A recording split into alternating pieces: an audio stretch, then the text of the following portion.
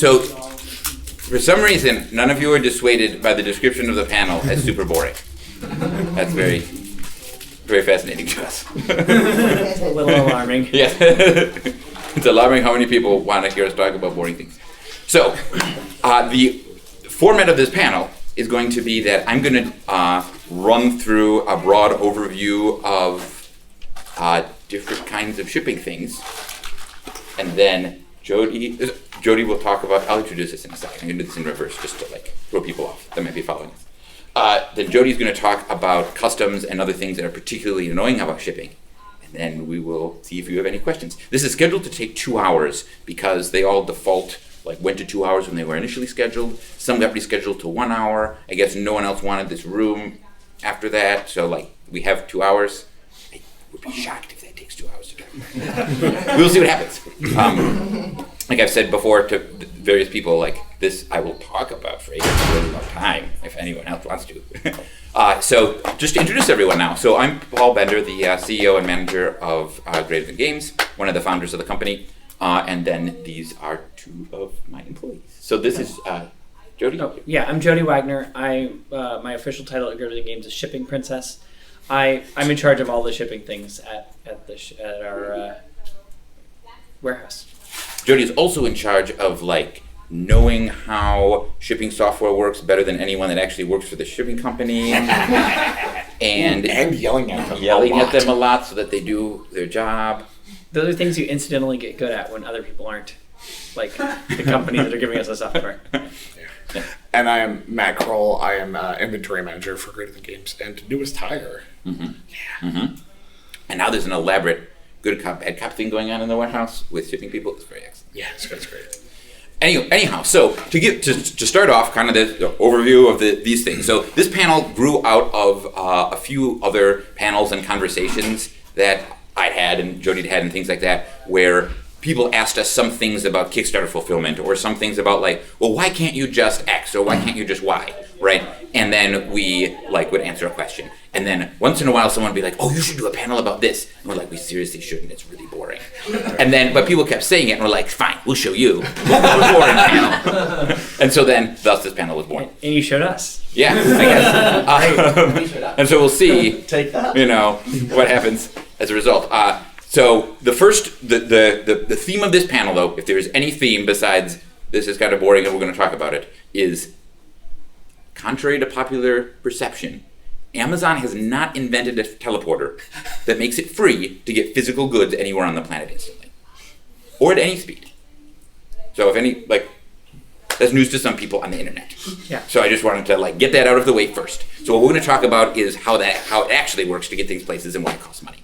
So let's start out with all of the different kinds of ways that you might get something somewhere in the world, get some goods. The thing that most people are familiar with is parcel shipping.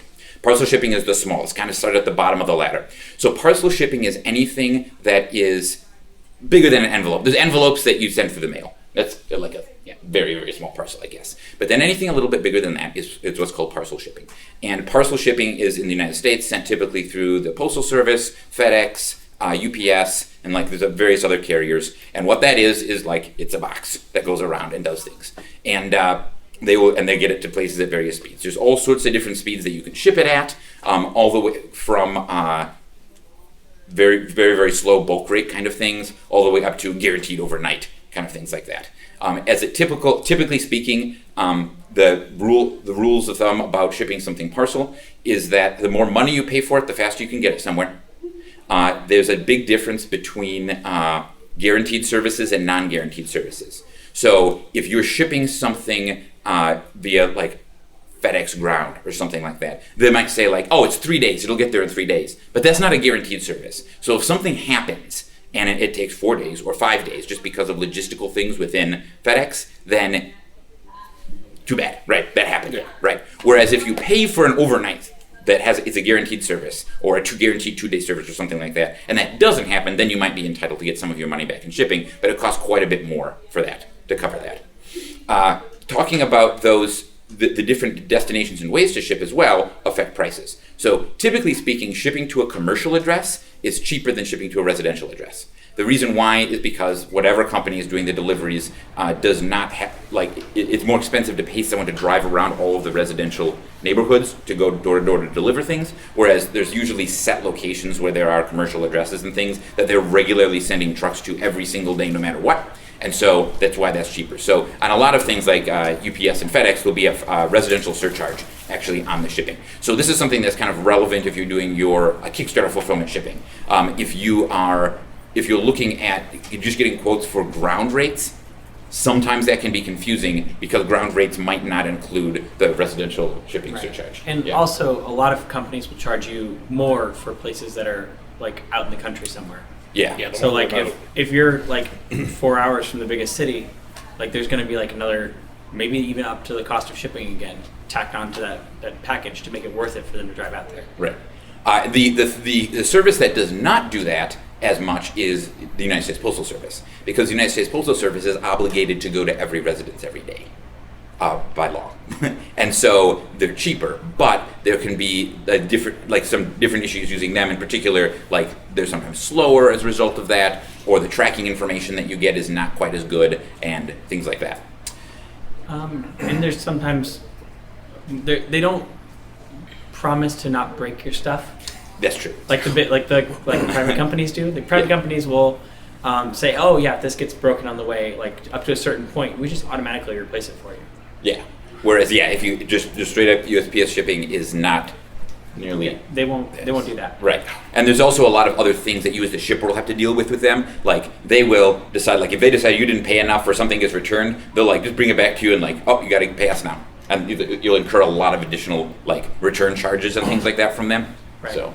That kind of like if one of your customers doesn't update their address, it will, and like they don't set up forwarding properly, it will just be returned to you, right. And you'll be charged for shipping it back to you. Right, which can be like as much again or more as it took to ship it to the customer that didn't get it in the first place. So there's a lot of those like hidden additional annoyances that kind of come up with there. An additional the next interesting issue about parcel shipping is how it's priced. So typically speaking, when you get a quote for any sort of parcel shipping, you go into the post office, you go into the FedEx store, they're going to weigh it and then tell you how much it costs, right? How much does it weigh? Like 8 pounds will cost more to ship than 4 pounds, but less to ship than 12 pounds. However, the private shippers now, FedEx and UPS, have gone to something what's called dimensional weight. So dimensional weight for most of their services. Dimensional weight is not the same as putting something on a scale. What it is a formula that varies. You get the volume of the box and divide it by some number that they arbitrarily decide is right. And if that number is higher than the actual physical weight, it's the shipping cost is written at that weight as if that were the weight, not the lower actual weight. So we ship a lot of things at 7 or 8 pounds, even though most of our games are lighter than that. Yeah. Board games are light. They're mostly air. Right.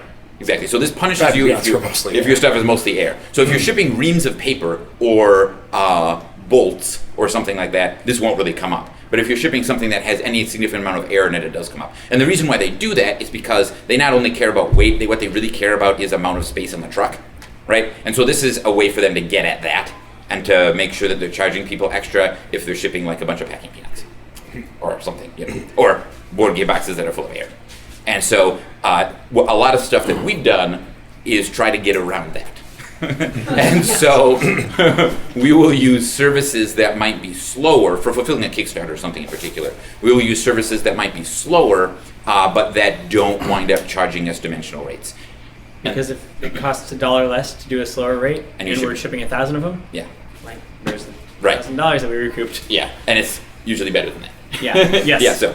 So one of the things that we do is there's some of the services where you'll have a company like FedEx or UPS will use their distribution hub network to get a parcel from a warehouse to somewhere else in the country, to a city in the country, but then give all of those parcels to the Postal Service, which will then go around and deliver them. And so the advantage of doing that is that you get some of the protections of shipping with a private company, and also like the tracking information and things like that come with that, all the way up until they hand it off to the Postal Service. Yeah, and that's the downside is that last week. After it gets to the post office before it gets to the customer, then it's like there's just No tracking. Yeah, the mysterious zone of someone might have. This sort of service adds time to the shipment because it has to transfer between companies instead of just going straight to be delivered. Yeah. Jody used to have a job on the side going around driving those things from FedEx to the postal service. I did, actually. So. It does kind of depend upon where you are.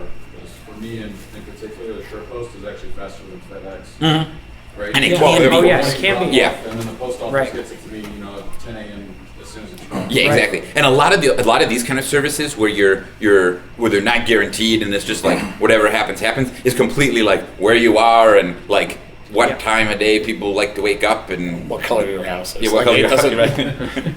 Yeah, so non-guaranteed services are like, that's a fun, interesting thing to learn. And so like when you do a lot of them, you learn like, fascinating. Here's a kind of distribution of my average expectations, but it can vary quite a lot. Inconsistency is the word. Exactly, inconsistency. Exactly, that's what you get. Some good, cheap shipping with a lot of inconsistency. It makes it fun. And so that's the one option there. And then, whereas all the way on the other end, if you have like a guaranteed service that's doing dimensional weight and things like that, you can make it super consistent at a cost. Another thing that we have done super cleverly is locate ourselves in the middle of the country. So we're located in St. Louis, Missouri, 4 hours west of here. And if you look at a lot of the private shipping companies in particular, when you're doing parcel shipping, they'll give you a map of the country where you have the zones, the rings coming out of how long does it take in average for a ground parcel to get somewhere. And from St. Louis, we can get basically for regular ground service, I was talking. So SmartPost usually will add a day and some question marks. But it's still based on this core, which is that we can get from St. Louis everywhere in the country in 3 days except the Pacific Northwest, which takes 4.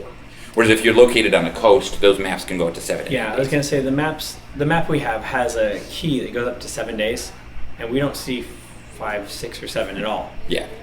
So. It also reduces the fuel used, and you get charged for fuel with a lot of private companies. Yeah. So anyway, that is parcel shipping. Parcel shipping, when we ship something parcel, that's usually going up to touching on 60 pounds? 70 pounds is about About 70 pounds. When you get 70 pounds, you get some big dumb boxes that make the delivery guys mad at you. And For our purposes, when we get to 3 70-pound boxes, we will start shipping freight. Exactly.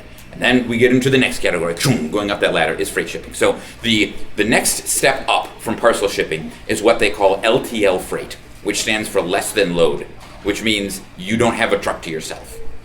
And how Ltl Freight works is it's all based on palletized things. So you'll have a standard pallet, you're kind of like 40-inch by 48-inch pallet, typically speaking, that you put some amount of stuff on, and hopefully you make it stay somehow.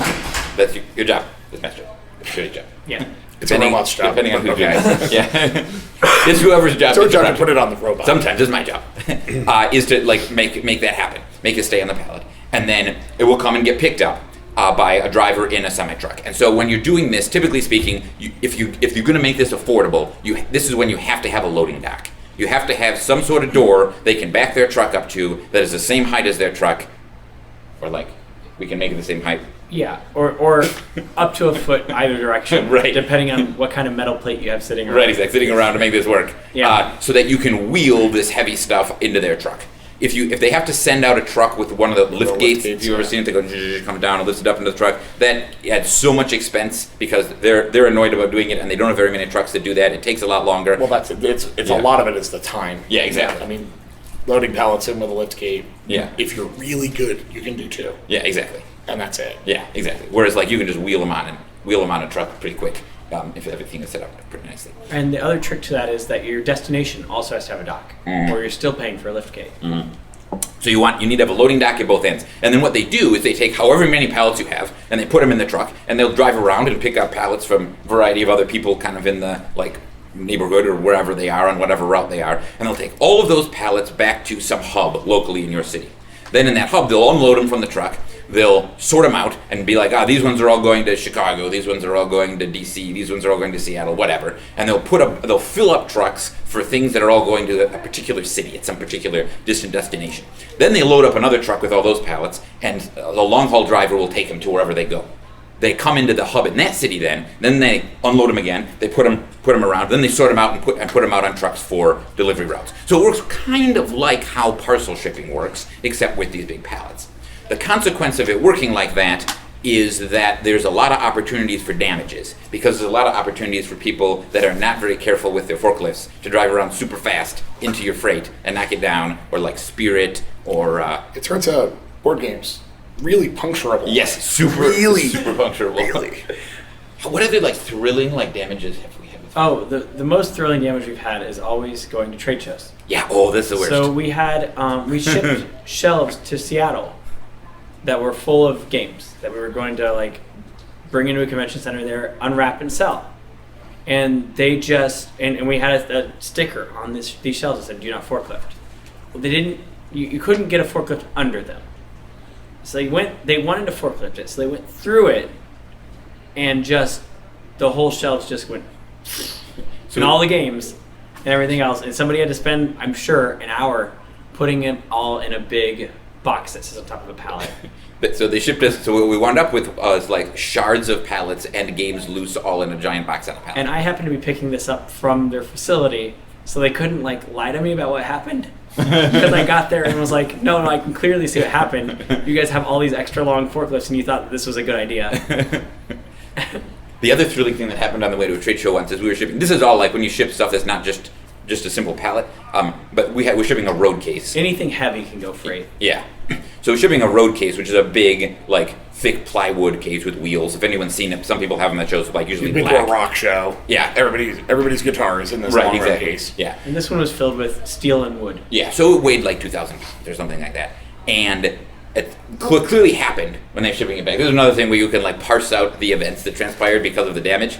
Is that someone was like, "Oh, I'm gonna totally like just forklift this real fast," and they tried to pick it up with a forklift, and they did it wrong. It was and forkliftable. Like, you Yeah, could in have picked principle. it with a forklift. They It's just on wheels. They just did a bad job. They just need to put the and it forks all the way tipped up. sideways like this, and it weighed 2,000 pounds. And then they were like, if the only tool you have is a forklift, and you don't like to get off your forklift, every job looks like this can A be solved with a forklift job. forklift. So what they did is they drove at it and speared through the half-inch plywood lid with the tines of the forklift to lift it up enough to get it back to straight. Yep. That was great. But it took more than one try. yeah. And how do you know that? Because there were a lot of holes. And like there's also like it isn't just in the centers that this sort of thing happens. We had that same road case. A driver like moved it to get something off of his truck, and and he put it against the wall and didn't secure it. And he's like, And, like- it'll be fine. And it's on And wheels. he's going around. He says, "I'm just going around the corner to wherever," is I'm sure what he was thinking. And he went around the corner. And it turns out that like this thing just goes boom. And again, it weighs like 2,000 pounds, and you can't really pick it up with a forklift without destroying it. Well, not when it's on its side. What we need to do is put wheels on all sides, all 6 sides, so that no matter which way it rolls, it is forkliftable.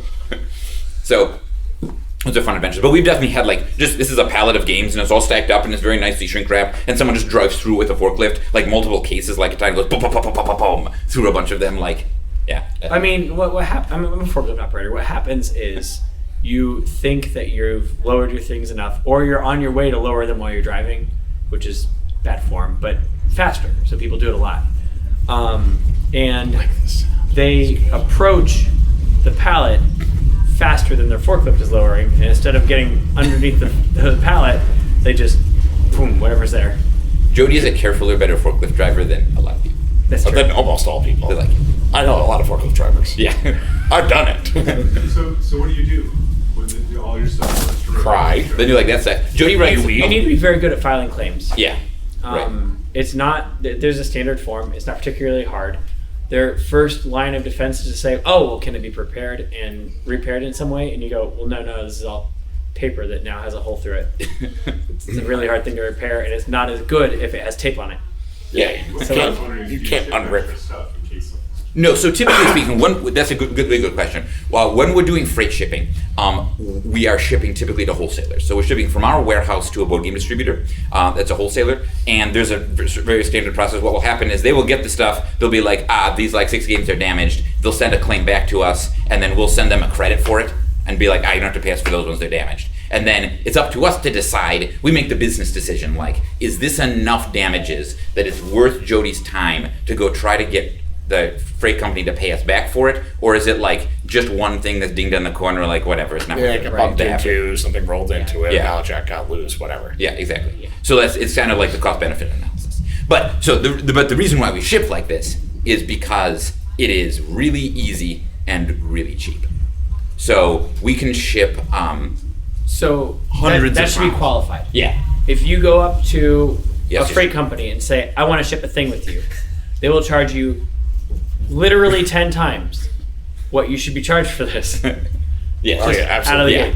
So if you have a relationship with a shipping company or are in a position to be like, look, I'm going to give you this kind of reasonable volume of freight, you can get rates that are really, really good. And so we can ship, then as a consequence, we can ship hundreds of pounds around the country very, very inexpensively. We can ship almost one pallet that's not particularly heavy because it's board games, almost anywhere in the Midwest for like $110 or $120. Yeah, that's really cheap. That's absurdly cheap. Yeah. And how long did it take you to develop those relationships and get those prices? Because that's important. Those relationships and prices specifically, about 3 years. Yeah, 3 years of like we ship stuff and we're growing and stuff like Yeah. that. And they're paying, Showing a lot of growth. not through the nose, but paying. And like convincing them that like our release cycle means that we don't have to be shipping that much every month. Right. That they're just going to get that much eventually. Exactly. And so that's another thing we've had to deal with, particularly because we like have releases of board games. And so a lot of shipping companies, what they expect and what they're used to, like the standard, is that like, how much do you do every week? We want to see the same steady volume every week and stuff like that. And then Every day, how many pallets are you shipping? exactly, like I want to be like, you have 5 pallets a day, 10 pallets a day. Okay, this is how it is. And so for us, that's not how it is. And so we have to explain to them and show them that like what is going to happen is we will have a number of weeks that are very light, and then weeks that Are just are ridiculous. I mean, Right. multiple we trucks. we have sent out 2.5 53-foot trucks in one day, like just That's 2 weeks ago. no, this was a different. Oh yeah, that other thing. Yeah. But Yeah. we were like, And Paul and I were just there for 24 hours working on that. yeah. This is before Matt started, So we hired Matt. This would be a matchup. Yeah. In the future. and they picked up, and I took a nap. It was great. Yeah. So that's kind of how that works. And again, like it's super great to be located in the middle of the country because and this is a thing that is not just us. A lot of people do this. These big board game wholesalers, their biggest warehouses are also in the middle of the country. So Right. we're in St. Louis, Missouri. I don't know how much you know about how the board game industry works, but like Alliance Game Distribution, ACD Distribution, GTS Distribution, Southern Hobby, and Peach State Hobby, they're all like those are the wholesalers that sell then to game stores, and they have warehouses located all around the country so that they can get shipping, like they can have their shipping be as cheap and fast as possible to all the retailers. And so they expect us to ship to all of their different warehouses and pay for that shipping. And so that's more like details of how the board game industry works. But what's really, really nice is that for kind of the same reasons we're located in the middle of the country, their biggest warehouses are located in the middle of the country. So there's a lot of game stores in the Midwest, and it gets you really fast shipping to a huge amount of the country to be located in the Midwest. It's also convenient if they need to move a lot of stock around. Right. Things like that. Right, so they have, between all those wholesalers, they've got warehouses in St. Louis, in Chicago, in Madison, Wisconsin, in Fort Wayne, Indiana, and Michigan. Those are all the biggest warehouses we've got. And so it's very nice that we can have one-day turnaround shipping of pallets for very inexpensively to all the games. Yeah. So on freight shipping, the absolute cheapest way that you can do freight shipping is a ton of work, and it involves like having multiple relationships with lots of different freight companies that specialize in different lanes from where you are. Yeah, that's a really good point. Like if you have 6 different companies and like one of them delivers to the Midwest and one of them delivers to like the southeast part of the country, one of them delivers to New England, like those are going to be how generally, not always, but generally how you get your best rates, especially as a smaller company. Yeah. But it's a ton of work to maintain those relationships and keep them wanting to have your business. Right, yeah. And that will wind up, like you'll wind up dealing with a number of LTL freight companies that are not terribly sophisticated. So like you will have like some very, like this is like, 2 people own a truck or 2 and they'll drive like within a 4-hour radius to St. Louis, but it's real cheap. Like real cheap. Yeah, exactly. It's like really, really, really cheap. Like- And like if they damage your stuff, like they'll compensate you up to like $100 maybe. Yeah, probably at Yeah. most. But you gotta like phone a guy and And so convince him. this is the other thing about it though. The more companies you're shipping with, like the more you're probably going to see damages. Yeah. So like ideally, you'll find a company that is cheap, that will work with you on price, and that is consistently not damaging your stuff. Yeah. Because we saw damages drop probably 30, 40, 50% when we switched to just one company for freight. Yeah, exactly. And there's also like there's like a big amount of differences. So companies like in general, so companies like UPS Freight and FedEx Freight and what other ones that are like sort of real big companies? XPO. XPO, YRC, technically. No, I mean, we don't like. we see the highest number of damages from them. Yeah, YRC is 100% of things that we ship get damaged by YRC. in our personal experience. Actually. Anyway, but those companies typically like do a much better job and of minimizing damages, and also like can compensate you a lot more if you have claims, but are typically much more expensive. And the reason that works is because they have a standard training process for all of their new employees. Right. They're big enough that they've standardized best practices across their whole company. Yeah. As opposed to just saying, I don't know, train your new guy. Yeah. Yeah. And so this is very interesting. And it's the other advantage, though, if you have a decent amount of business of going with a single company, is that you then have more leverage. You're like, all of my business is going to, a lot of business is going to you. I'm spending a lot of money on you, so let's make a deal. Right. And freight is definitely where we spent a lot of our time optimizing our shipping. Yeah. Because that's one area we just can't pass it on to the customers. Exactly, right. Then honestly, the majority of the shipping that we do, the majority of our shipping spend is LTL Freight. And so that's like what we've like really gotten focused on a lot, and making Kickstarter shipments work. So now I've talked about LTL Freight, which sort of implies there's other kinds of freight. So let's go up one more rung. Now you get into full load. We do partial load and full load. Partial load and full load, yeah. And do you want to talk about the differences between those nuances and what's going on there? Yeah, sometimes there's no difference between the two. Yeah. Like sometimes there's just shipping a half-empty truck for you. But most often, they'll like probably nose end your load and put everything else out behind it and unload the back half of the truck and send it on somewhere else. Yeah. Or reload it the other halfway Yeah. and send it on somewhere else.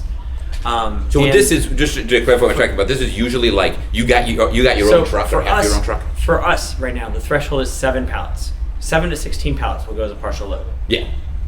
And that's the advantages of that is that you, typically speaking, are going to get better per unit rates. Yeah. And yes. Yeah. And also it's faster, and also your damage rate is lower. The downside of it is it's harder to schedule because you can't just do it through a software, or they'll just charge you a lot more money for it. They'll say, "Oh, we're just going to bump this to something instead of using your negotiator rates." Yeah, which can be frustrating. Right. Yes. And then that's when Jody has to get on the phone with people. Right. And so the reason that's the number, it's like around up to 16 pallets, is because that's what you can fit in a 28-foot trailer, give or take. Yeah.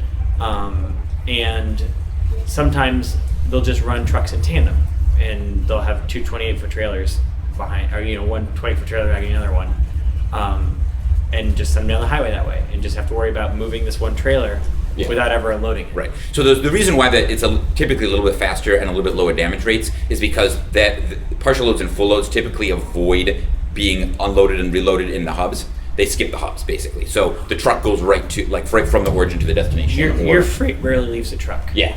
Once you get up to that level, and so that there's like advantages and disadvantages to it. Like it's not as standardized as LTL Freight because it's less common, and so as a consequence, there's all of these other like complications when you're dealing with it. Yeah, every time I have to get a specific rate quote for how we do it now. Yeah. Yeah, and then if we were to be doing that a ton more, like we would work on negotiating out like a customized way to do it more in a more streamlined fashion. But yeah. So that's the next one, and then after that you get up to containerized freight. So and the full truck would just if you're just sending a 53-foot trailer somewhere. Yes, just a full that's truck. true. We've done that occasionally. A full truckload is like even simpler than like partial load. It's just like it comes to your dock door, you fill an entire truck, they drive to the destination, and they unload the entire truck. It's not uncommon for those to be the same driver that picks up, drives it across to wherever it goes, and drops it off. Yeah, exactly. So then that totally works, and that can be. And that tends to make it faster also. Yeah. Really quickly.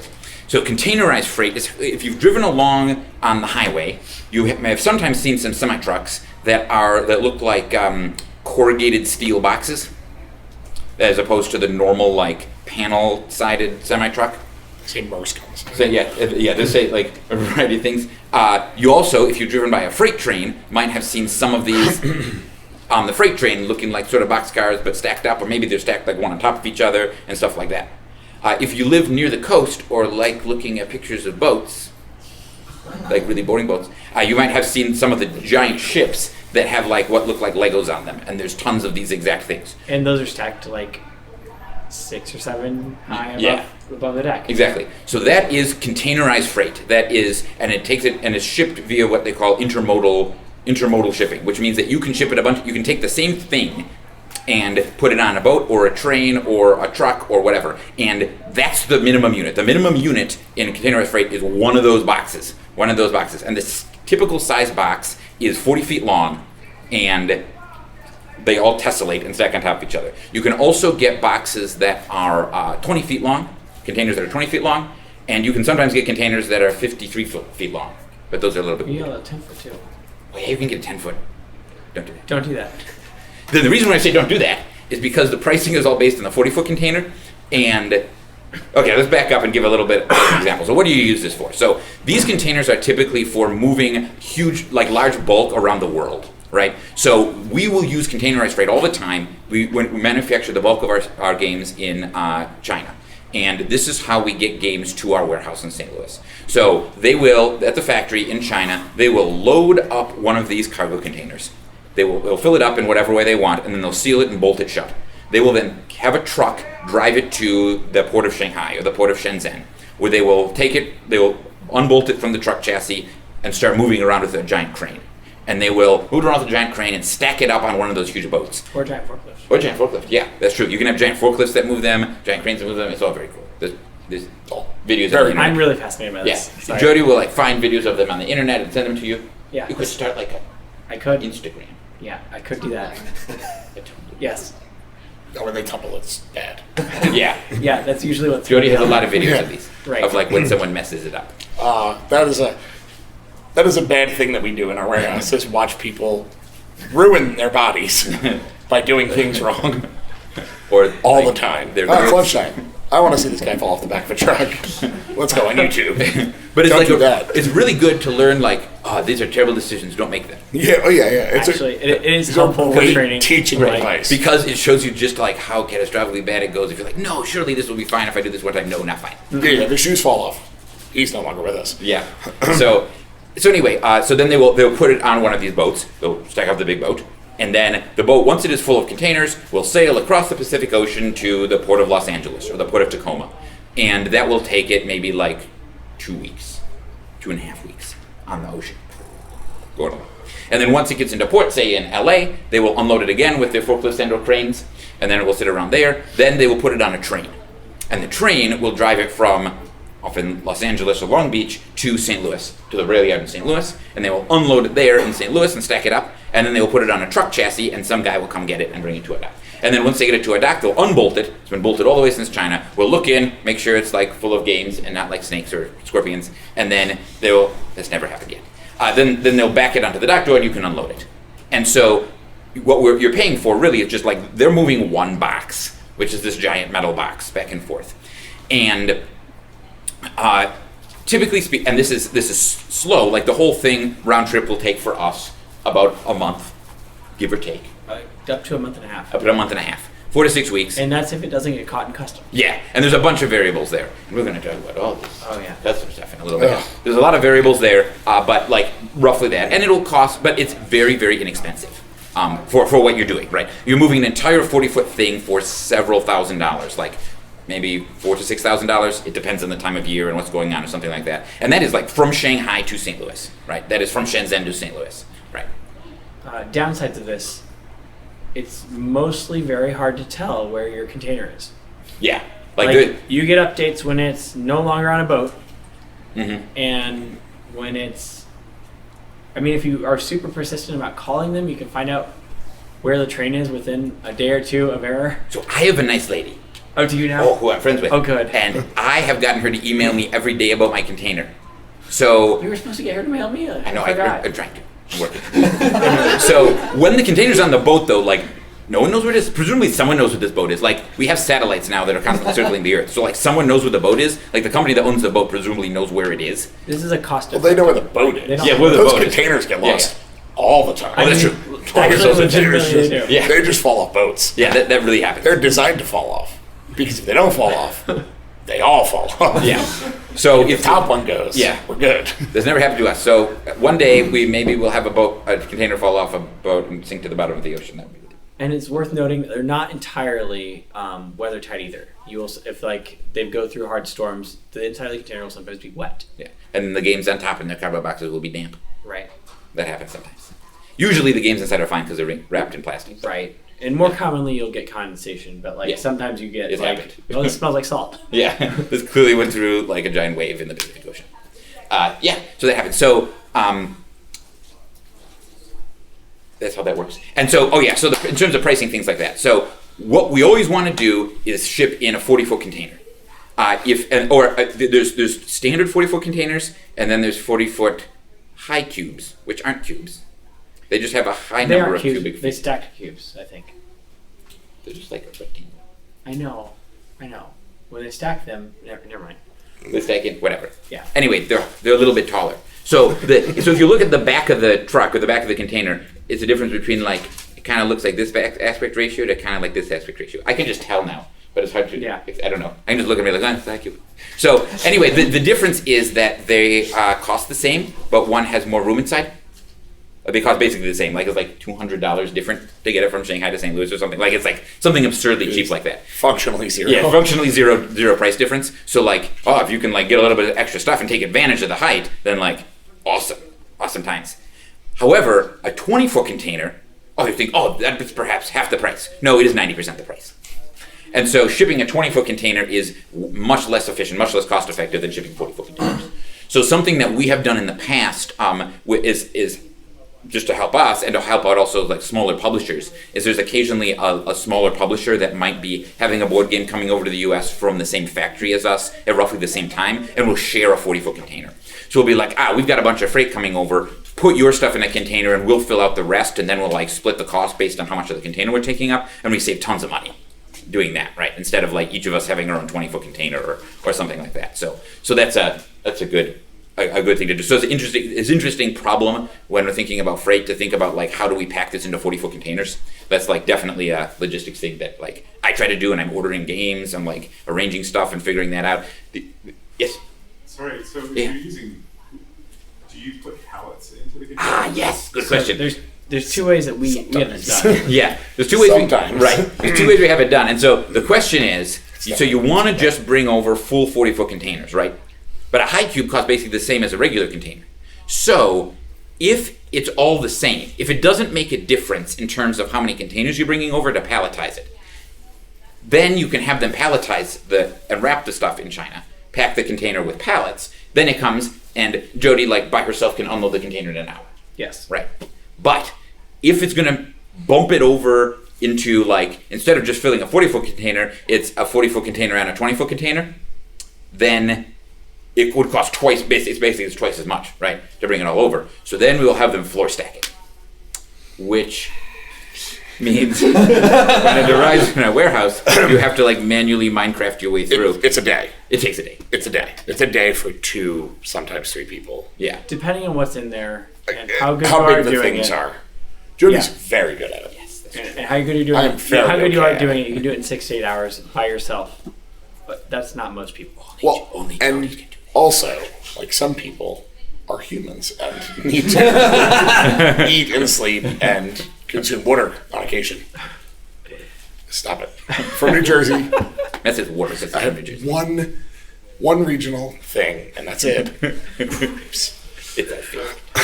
Pallets stacked on top of each Oh yeah. Yeah, so actually this is an important difference between standards and high cubes. When things are stacked about this tall in a standard cube, lifting it with a forklift becomes much harder because your forklift cage starts hitting the ceiling before you can get it entirely off of the other thing. And so that's another place where high cubes can be very helpful.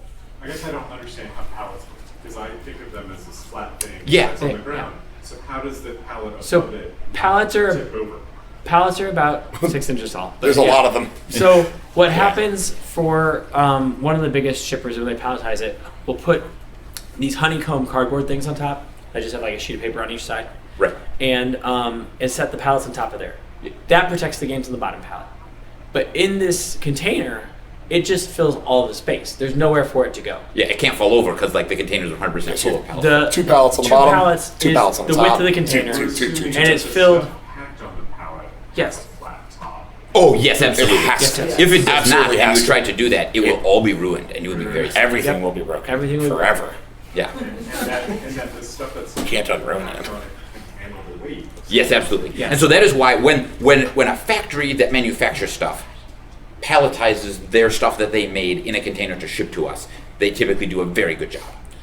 Yeah. Like they know that if it's messed up, it's their fault, and I'm going to make them pay me for it, right? Yes. And so we have like very, very low damage rates, Oh Yeah, yeah. like- almost zero. like basically nothing. Like anything that we generally get in that's palletized is coming in on custom-sized pallets. Yeah. So they're eating up as much of the space as conceivably possible. The toppers, the honeycomb pieces, they're customized. They've And got edge And they yeah, put they protectors. They do. They edge put edge protectors guards on there, on every side. which protect the cases that the games are in, as well as providing rigidity Yeah. for the pallet Right. above. and their boxes are usually constructed very well. Yeah. And it does a very good double-walled. job of those edge protectors. The way they put them on does a very good job of holding things to the pallet. Yeah. We're also lucky, no matter how it works when we're importing stuff from China, it's always coming from a factory that specializes in making cardboard boxes. And so they make their own cardboard boxes to contain the games. That- I mean, and they're that's- really good. Like That they're seems the like a best. silly thing, but that's super important. That there is you don't want packing material, A, because you're paying to ship it. Yeah. And B, because your board game box in there, 6 long, is adding rigidity to the box. The box is double walled, so it has a ton of, not an actual ton, of edge strength. It has a lot of edge strength. I and- think it's close. Yeah. I mean, sometimes it does. Like, it is not completely inconceivable that a normal size unit can stand on these boxes Oh, yeah. and not damage anything inside. Yeah. Judy and I If do they're on the edges of the box. Right. Yes. The middle's much that. softer. Yeah, right. But especially, and then once you have the topper on there and stuff like that, like Jody and I could both stand on top of them. Yeah, you're just dispersing So the weight this is weight distributed out. Yeah. If they're not like that, or they're in a bad box, and you need to get over a bunch of pallets, and you need to like distribute your weight and like swim like this, and Yeah. yeah, frothy. There Roll. are printers that will put things in very thin walled boxes, and They're infuriating. you get many more damages when that happens. Yeah, if it is an option, pay for the double wall. Yeah. Like And- if it is something yeah. you can afford, it will cut your Yeah. damages down. And typically speaking, so this is one of the advantages. And it's just like the big cardboard factories in China just do that. They just Yeah. do it correct because they're like set up to make like amazing double wall, like high quality double wall boxes in any size that they want, like super cheaply. So they just like that's the default. Like too bad, you're getting it in a good box. They don't want to deal with you later. Whereas if you have it manufactured Well, yeah. in North America or Europe, it's a nightmare for them. Right, exactly. They don't have as sophisticated of a factory usually, and so they don't have the ability to as cheaply make as fancy of a box, and so they will often cheap out on the shipping carton, and unless you pay them extra, or sometimes they just don't have the ability to construct a better shipping Because carton. sometimes they're just buying, probably not from Uline, but that's the idea. They're just going to buy Standard box, roughly the right size like box. standard single wall box. And if your games are moving around in there, It's worth noting that the corrugation in those boxes absorbs impact. Yeah. Like, Yeah, that's also what it's there that. for. That's the purpose of it, Yeah, and that protects the games very well. yeah, you don't have to worry about corner damage as much. yeah, Right. And it increases edge strength. So you can stack them higher and Right. heavier. Yes. yeah. So they'll typically come anyway when they're palletized in a container. They'll typically come stacked a pallet on the bottom, then a topper, then a pallet on top of it. Boom, boom, boom, boom, boom, boom. And if it's a high cube and they did it well, Jody can typically unload both of them with the forklift at once. So like the whole It has to be It a bit has to have shorter. headroom though. yeah, it has to have be the a bit head. shorter than the max. Yeah, Now, That- Grant, but that's another reason why it's valuable to us to use high cubes when we have things yeah, like that. exactly. a lot of that though is the height of our parking lot. Yes. As they repave it, our loading dock is getting shorter. The parking lot is getting higher.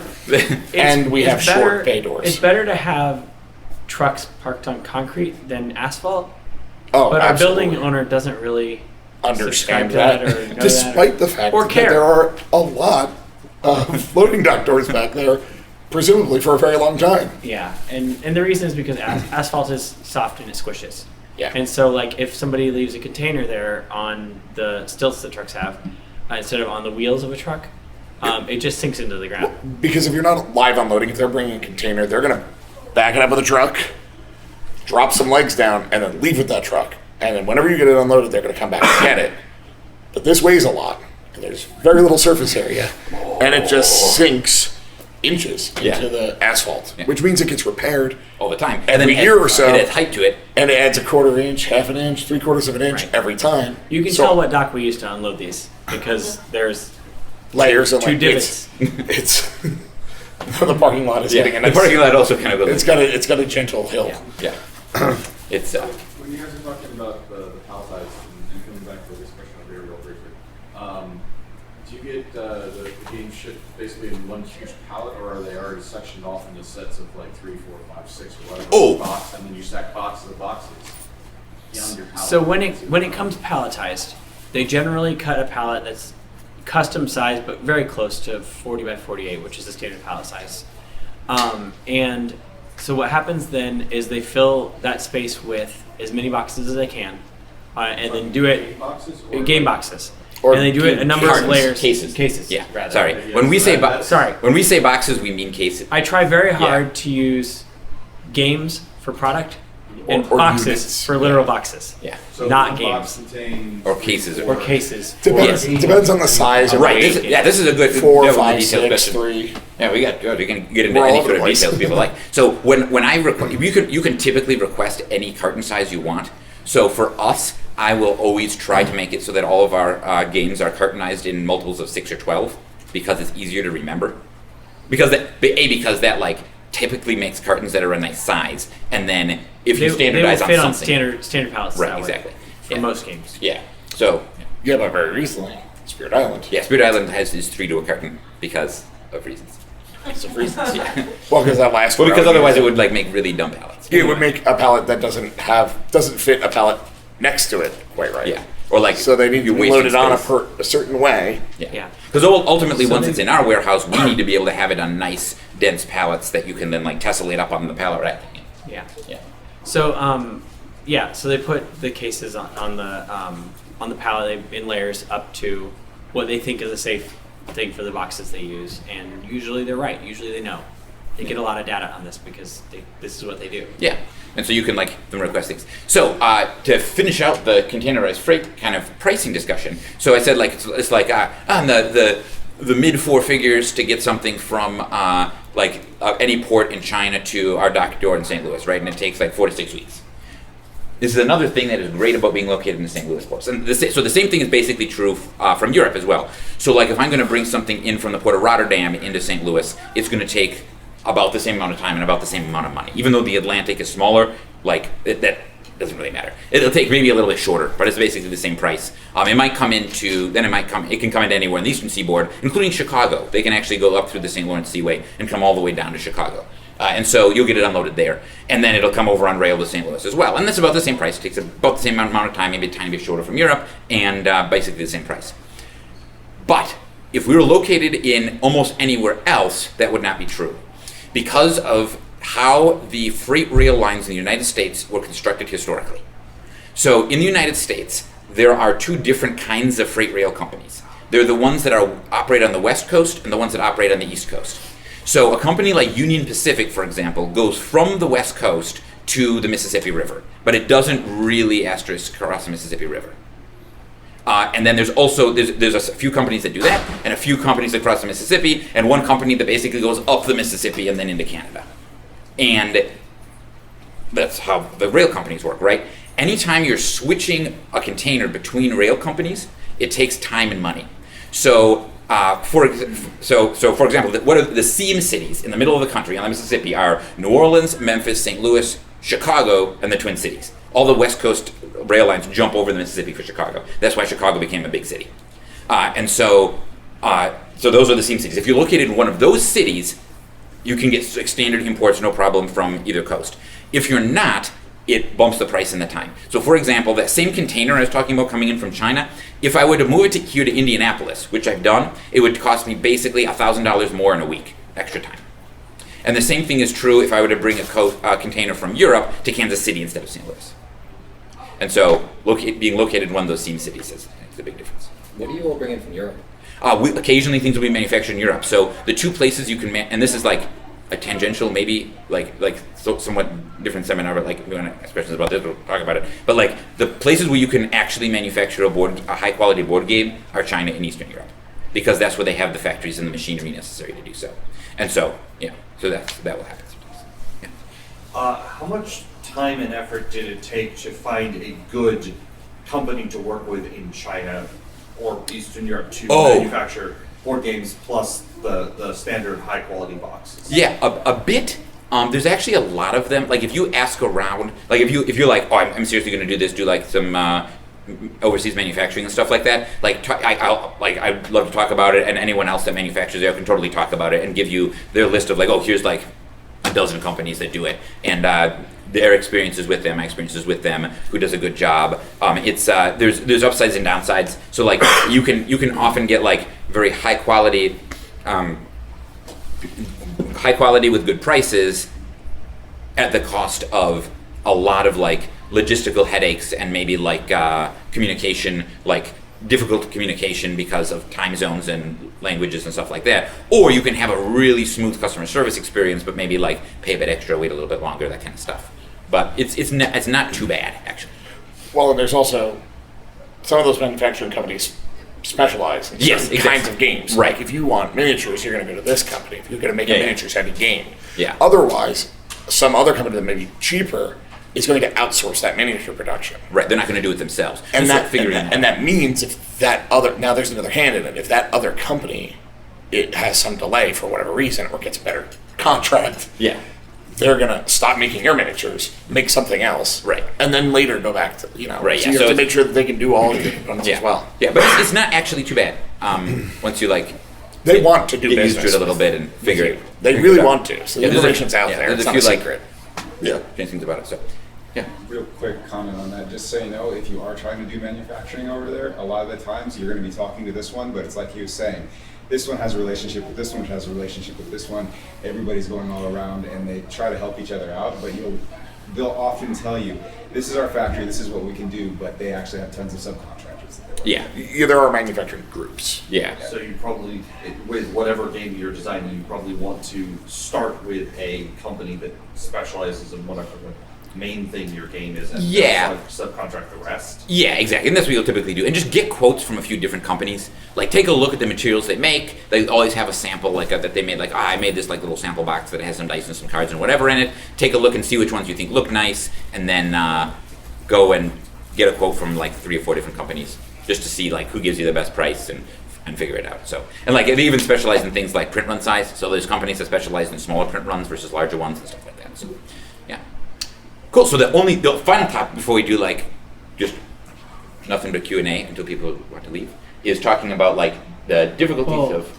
Yeah, so we kind of glossed over like air travel. Oh, that's true. Because I guess. unless your board game is extremely expensive, it is just not worth it. Yeah, like air freight. Like air freight is just don't. It's so expensive. That you got to be like selling diamonds or like watches or. Well, no, I mean, like computers. that's the thing that we exclusively did in my Yeah. last job, but we were a pharmaceutical company Exactly, right. that made things that were like $8,000-9,000 a unit, and they were this big. Yeah. So there was just millions of dollars on a pallet. Yeah. And they were like, yeah, whatever. It costs $700 to move that pallet from here to like the next city. Yeah. Who cares? Yeah. Like we sell one, we're good. Exactly right. Or like, those are like, so if something like that is then manufactured in China, you're like, I want this right now to sell. I'm going to fly it here because, okay, it cost me like $7,000, $10,000 to fly like 3 pallets, but like, I don't care. I'm going to make millions of dollars. Whereas for board games, that's not true. Like, so, Just not true. so like, you might really want something for Gen Con, but like, it's not worth to do that. I mean, we've had that issue. We Yeah. had stuff that didn't make it to Gen Con because of shipping. Yeah. And like, we could have gotten it to Gen Con maybe, but like, It wouldn't have been worth it. it would have cost us Just money not to have it worth at it. Gen Con. Like, Do you have rough prices for that out of curiosity? it's just it's like I said, Like like several really don't even pallets are consider several it. $1,000s. So like The- maybe 3 pallets is $7 to $10 grand. We don't do it very often. For smaller pallets, we've been quoted as much as $5 grand just off the bat. Yeah. Yeah, stuff like that. So That's inside the U.S. No, or from China? this From is from China. China. yeah, Yeah. so but the thing about There it is like air freight in the U.S. too, but again, Yeah. like unless you're going super urgently from like Florida to Seattle.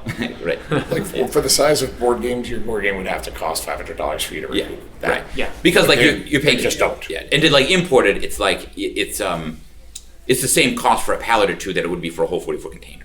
Right. So Yeah. yeah, so then the final thing is all the international shipping custom stuff, Yeah. which is so great. Everyone loves it. Super great. Super awesome. Super One of the easy. nice things about board games is Streamlined. that you don't have anything that's hazardous. You don't really have anything that's liquid. And like so like the hard things You're to making ship a real weird game if you do. the hard things to ship are not part of what you're worried about. The thing that you probably will have to do, or you'll at least want to look into, is shipping internationally. And that's a nightmare. Yeah. To do it correctly, you have to fill out a customs form for everything that you ship, and you have to list what's in there. What the harmonized code for is a A secret code. 11 digit, It's super not secret. No. You can look it up on Google. 10 digit number that explains to customs officials across the world what's in there. And it better be right. It has to be really right. better be right. They change, by the way. Every 6 months they go into review. The last company I worked for had an entire department that was larger than our warehouse department dedicated to figuring out what the codes were at any time for anything that we were shipping. We use a different code for board games than we did when we started shipping international. Yeah. But Why did they change? They're just constantly under review. So it's like I mean, it's to reflect business changes, I'm guessing. Yeah. Like, as something as more and more of a thing is being shipped, They there's tend to interest break it in into smaller categories. figuring out what those categories, subcategories they are. didn't need to have subcategories for like smartphones, like 20 years ago. Yeah, But, it like, was just phone. We moved from the, now it's a broad, phone the, board su- game. the Right, that's subcategory of card games to board games because we have a lot more games that aren't strictly cards anymore. And also, it wound up being a lot better in customs in a lot of countries. Yeah. Like, what they charge for it is different. And, like, you have to make decisions about whether you're going to pay the customs fee for your end customer or if they're going to pay it. And if they're going to pay it, they're going to be grumpy about it. Yeah. Because it could be very expensive. Yeah. Do you use a customs broker or like a clearinghouse for that, or are you not at scale to like make that worthwhile? Yeah. So Our most of our international shipping is done through FedEx. yeah. And we have set up with FedEx brokers for different types of shipments we do. Yeah. And so at a certain point, they're like, we'll cross the threshold and be like, oh yeah, we'll handle that. Yeah. So something that actually this one You still have to fill out all the paperwork to get them there. So Right. This swings back to actually that's a good question that reminded me of, though, when we're talking about containerized freight, which is international, right? When I bring stuff in from China, and people, you may have heard of, like, in the past, like, board game companies that had the problem of, like, my container is stuck in customs for a really long time, and that kind of sucks, and it can be delayed, and the U.S. Customs is looking at it to make sure that it is what it says it is and things like that. We have, for the most part, avoided that because we bring enough freight in consistently, and we have a continuous bond on file.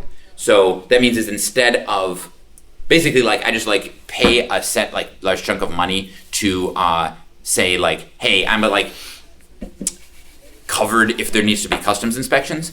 Instead of paying per container, I just like pay a yearly fee basically for it.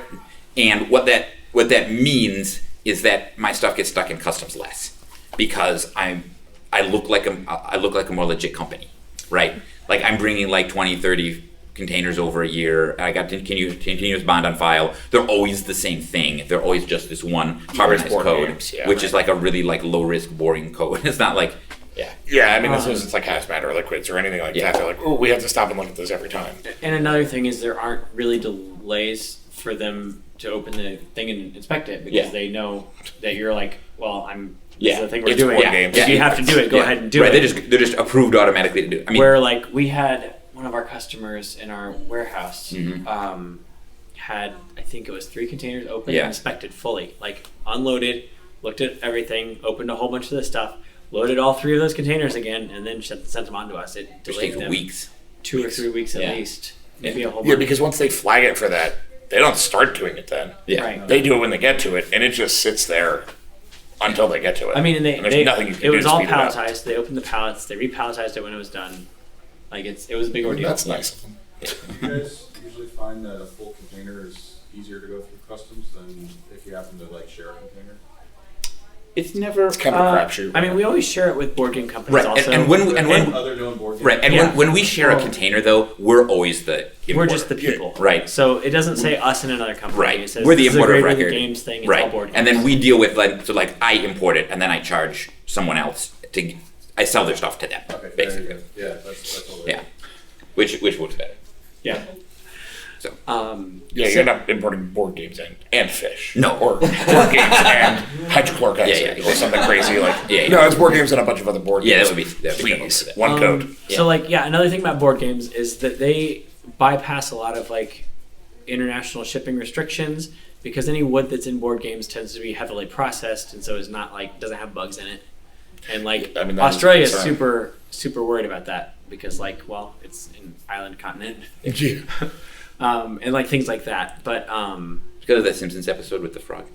That was the thing that happened. Yeah. Not that way. It wasn't a documentary. But that is a thing to comment on shipping freight overseas, though. Oh, Is using correct pallets. yeah, so if you have to ship freight internationally and you're not going to Canada or Mexico, you probably need to use a heat treated or a chemically treated pallet Or a plastic one. or a plastic one, which break. Yeah. Those Plastic are the pallets just shatter, and it's not great. But they're cheap. But I mean, are they? Cheap-ish. They're cheap when you buy them in bulk. So if you're doing a lot of that, Yeah. if you have that kind of company, sure. Yeah. You can get a pallet of pallets. And you have to sign declarations. For They these send it on a things. different pallet. I don't know why. We know a number of board game companies, or we've known of a number of board game companies that have marked things as gifts that they were selling yeah. to people. So That's just strictly illegal. yeah. It's 100% Don't do that. illegal. Don't do that. So if you're fulfilling a You will lose your company Kickstarter forever. and your backers in Europe are like, just mark it as a gift so you don't have to pay customs. A person can go to jail for that. That's It customs is- fraud. It is really, really serious. And just because they haven't gotten caught yet because no one has cared or paid attention or, Or noticed. they don't put invoice in there, so they can't prove it yet. Yeah. Or who knows? I Yeah, don't no. It is. My I don't business know the advice would be statute don't or do what that. it is. Yeah, definitely don't do that. And it is not if you work in shipping for your company and your company says do this, don't do that because they're not responsible. You are. Every Whoever international signs that paper shipment is that leaves responsible. our warehouse has my name on it. Yeah. If Matt screws that up, I'm on the I line. mean, I would absolutely never do that. But Jody would have the fine. Jody would go to jail. Yeah. Yeah. Right. So yeah. So there's a lot of weird, sketchy ways that board game companies try to avoid customs charges. Turns out they really don't want to And smuggle stuff. unfortunately for people that don't want to break the law, they've conditioned there's a decent chunk of aggressive Kickstarter backers in Europe that expect a normal thing to do is this illegal thing. So you should do that for me. Yes. Right. And they will And, it's not worth it. be They can vocally pay 30 to 40% of the product value. Yeah. Again. Right, and because the reason why they want that is Europe is one of the more protectionist parts of the world to ship into that has typical board game customers, which means that the threshold for when they're going to be charged customs fees and import taxes is very low. So it is very if you ship a board game to Europe that's more than $20, they're going to be charged a lot of fees. Yeah. And so there are ways that you can kind of mitigate that a little bit. If you want to ship a bunch of freight to a fulfillment house in Europe, you can pay the customs and import fees just on that freight import that once, and then have that company that's within the EU send them out to all of their different customers and not incur direct fees there. And when that because happens. you or an agent working for you receives it, you pay less. Right, you end up paying less, and you pay pay based on from the wholesale cost and stuff like that. So that can save you money on the customs thing at the cost of additional you've got to freight the stuff over there, plus pay that company that's doing the fulfillment for you, plus And a considerable amount of time. right, yeah, and A non-trivial amount of time, Yeah. 2 to 3 weeks amount of time. Yeah. And the things that you have to put on customs documents are not just what it is, but how much it weighs, how many of them there are in there, Yeah. and the value it's being sold for. And what country they were manufactured in. You can't just say, well, it's really only worth $10 to me. if it's a $40 thing. It's retail value. And Right. it's Full what you retail sold cost. it for. It's what you sold it for, right? So like if we sell it to a distributor in Europe, it'll be at like a discount. Yeah. We have to give the discount rate, not the eventual MSRP. Or if you have a special, the first 100 customers get it on Kickstarter for X dollars. Right. That's what they paid. So. Yeah. If you're manufacturing something in China with a significant portion of it eventually ending up in Europe, do you still receive it in St. Louis and then forward it on to Europe? So Or do you... we do if we're doing the individual parcel shipment itself from St. Louis. We always have. We always have. Something that we could do, and that we've done with other companies, and that will something that is definitely possible if it's big enough volume, is to ship it directly from China to Europe and then have a fulfillment house do it out from there. Something that we're actually looking into that has its own complications and even more people touching it, so more room for error and stuff like that. Something we're actually very seriously considering now is experimenting with having things that aren't for North America directly shipped from China, like the parcels shipped from the factory in China, by the manufacturer. That's a service that we've got a manufacturer we use that offers that as a service, and I'm curious to see how legit or functional it is. Yeah, What service do they usually use when you ship that? I don't know. See, the devil's in the details. I have to figure that out. And so the other things that are important for big shipments that are going international like this is if you're shipping a lot of dollar value to the same place, like a place that will ship things out of in Europe for you, you have to fill out forms with the U.S. government saying that I'm exporting this stuff and this is the value of it, and it's a separate process from filling out customs documents. Yeah, so that typically happens with freight. And so when we ship freight, so we sell to a lot of distributors that are international, but how that process typically works is we do not ship freight internationally in general as a principle, like outbound freight. So what we will do for the customers in Canada or Europe or Australia or what have you, is we'll ship to somewhere on the coast, some U.S. coastal city that has a port where that other company has set up a freight forwarder. So we'll ship to some warehouse in California or New York or something like that, and then then the company that owns that warehouse will consolidate the freight and ship it on to the destination in You'll Europe. usually put it in a container Or- and yeah. ship it as a container because, again, that's Exactly much right. less Yeah. expensive. So for example, the biggest one of these customers is Deviant, which is the big board game distributor in the United Kingdom. And they're sufficiently large. They're actually owned by Asmodee, but they're sufficiently large on their own and control enough of the British market that they send a whole container over to England every other week. Like on a fortnightly basis, they're sending a container to the UK from New York. And so when our stuff gets there, they will put it in the container, and as soon as the container leaves, it goes. And depending on the forwarder, you don't have to fill out the export documents. You just need to provide them with the information to do so. Right, exactly. But some of the forwarders are smaller or like bothering Jody, and then Yes. they bother. In general, though, shipping to Canada is not awful. Oh yeah, shipping to Canada. Canada's great. It's just extra Yeah. America. It's America's attic. Awesome. It's more expensive than shipping in the U.S. Yeah. But a lot of the headaches of shipping things internationally don't apply to Canada. Yeah. And we have, for Kickstarter fulfillment, we have the best thing for Canada. It's true. So this goes back to parcel. But So I'm just- an weird. important thing to remember is if you ask for a lot of weird services, sometimes you find one that's worth using. You need a good sales rep We've for a lot of tried this. a lot of weird services over the years. And the one we're in love with most is how we ship to Canada. Yeah. So this is the thing that we do with FedEx actually. So this is the best. So we have a bunch of different FedEx account numbers for different things, like shipping ground shipments, shipping freight shipments, etc. One of those numbers is just a domestic ground parcel number for Canada. That is in Canada, like we're a company in Canada. The kind of thing that a company in Canada would have, right? Right. But we can It has to ship from a Canadian Right, address. to a Canadian label. address. So that normal stuff, not international, just like domestic intra-Canada number. But that number is stapled into our software so that we can print labels in St. Louis on this Canada account number that has the same discounts and the same pricing model as our overall master account number, right? So we can do that. When we're fulfilling a Kickstarter, we're here's the Canada stack, here's the US stack. And they both print out with a different number, but they're otherwise the same. You label the boxes the It's same. different return addresses. Exactly right. But you label the boxes the same. And the US ones just go out, like normal stuff. The Canada ones, they'll go on some pallets, which we then shrink wrap, and then, like that. Right. This is the whole thing. Yeah, exactly. And then we ship that freight from St. Louis to FedEx's hub in Mississauga near Toronto. Which is super cheap. Yes, and they have given us such a deal on that one specific lane, right? So that one lane From our for- warehouse to that center. to that center is very inexpensive. Yes. And so then it's like on par for shipping from St. Louis to Kansas City. Yeah, like exactly. Price-wise, it is Yeah. very cheap. Right. And then we also pay, though, customs and import duties on that stuff, because even though the United States and Canada are in NAFTA, our stuff's manufactured in China, so we still have to pay some amount of like import duties and stuff like that. Don't lie about that either. Yeah, don't lie about that. Just because you're Whoa, in the don't- U.S. it doesn't mean it's manufactured in the U.S. right. But we just pay the customs and import duties once on that pallet of stuff. And then as soon as it comes into their hub, they open up the pallet, and then they have a bunch of boxes. And they toss those boxes into the normal like parcel delivery service in Canada, and it gets delivered as though we were a Toronto-based company delivering to some place.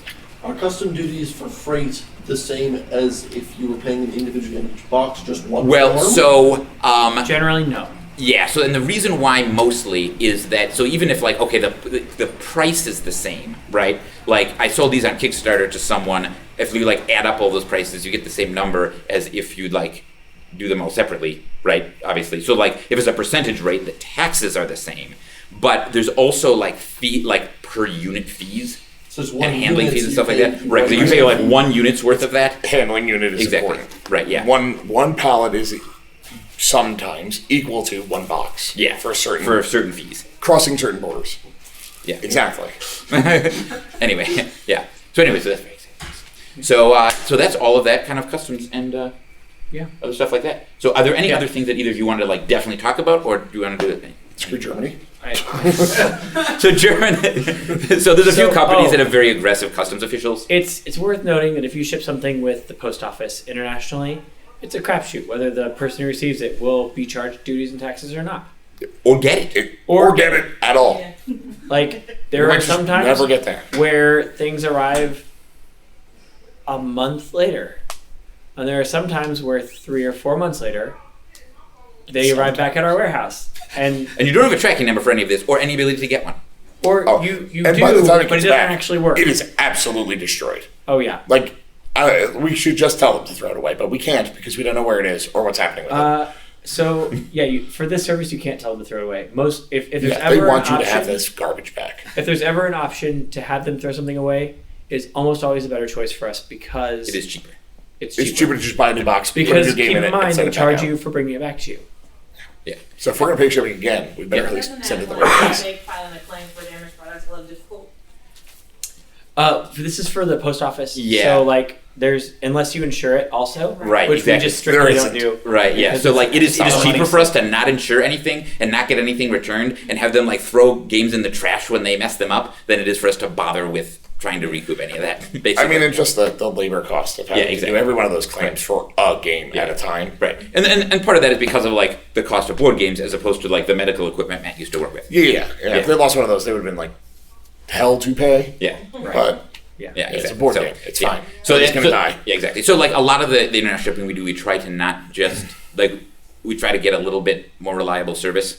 So that's why we do a lot of the shipping with FedEx. Right.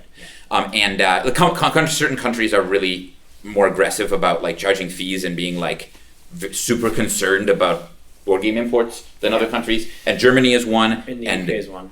and Turns out anywhere in South America Oh man, is the worst. it's rough. Australia's not bad to ship Yeah, to, Australia's pretty good. except that it expensive. costs a lot of money to get it there. Like that's the problem. Like Because they don't touch anything. So- anytime you're doing, international shipping, you're shipping things across oceans usually, and that part's very expensive. But like dealing with Australia is nice when you're doing board games because they don't care about the value of it until it reaches $1,000. Yeah, so anything less than $1,000 has no import duties in Australia. So like, it's super hard to hit that. with But board the games. shipping costs are very high. Yeah. Like 2 times as much as Europe. Yeah, you kind of can't ship anything to Russia. You just don't. You can't. Yeah, I mean These days. you can try, and it might get through, but more likely it's just not going to. It will disappear forever. Yep. So if like you have Russian backers, like a lot of Russian backers that live in like St. Petersburg or something, will have Finnish addresses. Yeah, they'll just hop the border, go get a thing from a PO box, and come back. We as a What is policy essentially refund PO box? our Russian backers in most situations. Yeah. Because or we warn them like Yeah. we will ship this one time, and if it doesn't get it, you'll have to pay for it again. Like, it's just that unreliable. Yeah. I just wanted to share from another talk that they had Russian backers, and it's like the tracking said that it shipped and it was received, and customs accepted it, and they Yep. signed the paperwork, and then burned the games. Absolutely. Yep. They did not get to the Yes, customs. correct. Yeah. Yep, that totally happens. Sure. I believe that 100%. Brazil is also another rough place to ship to. Yes, and Argentina. Yeah, Brazil and Argentina are tough ones in South America. They're the I reason. like under the They're the breath. reason that South America has the reputation it does for shipping board games to Yeah. them. So like there's like in Argentina there's like a limit on the number of imports you can get in a year, and if you have a Kickstarter backer that is backed like that miscounted and backed like too many Kickstarters. Or if there's a delay in one of the Kickstarters you backed, and you get it in the In the next it year. 2017 and it comes in 2018, that throws off your 2018 numbers. And then like the customs just won't let you have it. Ever or Yep. until next year? I think you can pay an exorbitant fee to increase Yeah. your limit by one. Right. Ever unless you pay hundreds of dollars. Yeah. It's fine. So we There's not a do lot of sometimes Kickstarter get panicked for that. emails of "Don't send my thing yet." Yeah. Whatever you do, wait until January 1st. Yes, please. exactly. Yeah. So like all of this. sort of And stuff. so like things that deliver between November and February are like real risky for that country yeah. because it can throw off numbers either way. Yeah. And like it could be the case that you shipped it before the new year and it arrives well after the new year. It also takes a long time and unpredictable long time. It sure seems like these are all things that should be super simple. Yeah. But they're really super not. Yeah. It's great. So anyway, Yeah. we can do like Q&A. So that is the boring shipping things we wanted to talk about, but we were happy to delve into any of them more if any of you have questions. What sort of shipping routes do you use to ship to Alaska and Hawaii? That is so We don't ship freight there. right. First off, there isn't a reason to. Yeah. not enough people. And we just use our same standard domestic U.S. parcel shipping for those, knowing that sufficiently few people live there that we just can, like, we'll just charge a standard rate for shipping and we amortize the additional cost of Alaska and Hawaii over the rest of U.S. backers because it's such a small number. Yeah. Yeah, I mean, if there's Best game. 5 or 6 Alaskan backers. Yeah. Oh my God. Yeah. A game about, like, polar bears is something. Don't be racist. Regionalist. Whatever. It's all about oil up there. Anyway. Any other? Yeah. We should make. Similar to what you were saying, like Australia, there's no import fee of 1,000 or less. Yeah. Isn't there something for the UK that's like £20? or less? Yeah, there is. Yeah, it's about that. It's about 20 pounds or less for the UK and about 20 euros or less for like the rest of Europe. But hitting that threshold is a lot more likely with a board game. So for a small board game though, yeah, you can actually get it into the UK and Europe without things like a very small board game that you can put in like a padded envelope. That actually you can pretty inexpensively ship to Europe. But once you're talking about like a $40 game even or bigger, right? Then you're going to hit all those. Oh, yeah, and with the pound doing this, it's impossible. Like, it might be super cheap when you send it. Yeah, exactly, But right. it might not be when you get there, when it gets there. Right, exactly. And so, yeah, the conversion rate kind of thing can like push you, because if you have a $20 game, that like, specifically $20 games get you right in that line of like, the exchange rate will tell you whether or not this is going to get fees or not. And like, it also depends on like, how a customs official is feeling that looks at it. Also, I mean, and a lot of it comes down to that. Like, some people are just like, I mean, there's always things like that in shipping. Like the way that somebody feels about a thing makes a big difference. We Yeah, like we had a whether- lot of freight that was getting reweighed because somebody was like a super stickler about. Oh man, there's some guy in some freight hub. And like I don't know what his deal was. a lot of customs things will sometimes get like they'll just be like kids a were row murdered of by people board who, games. I don't know. Yeah, it's like a real thing. a row of people who got charged customs and they were the only 10 in their country. It's very strange. Yeah. There was someone's shift Yeah. Right. at one time, and it was just like all of it, customs and Yeah. all of it. It took me forever to find this room. Oh, yeah. Please read me if this has already been said. Yeah, But, no worries.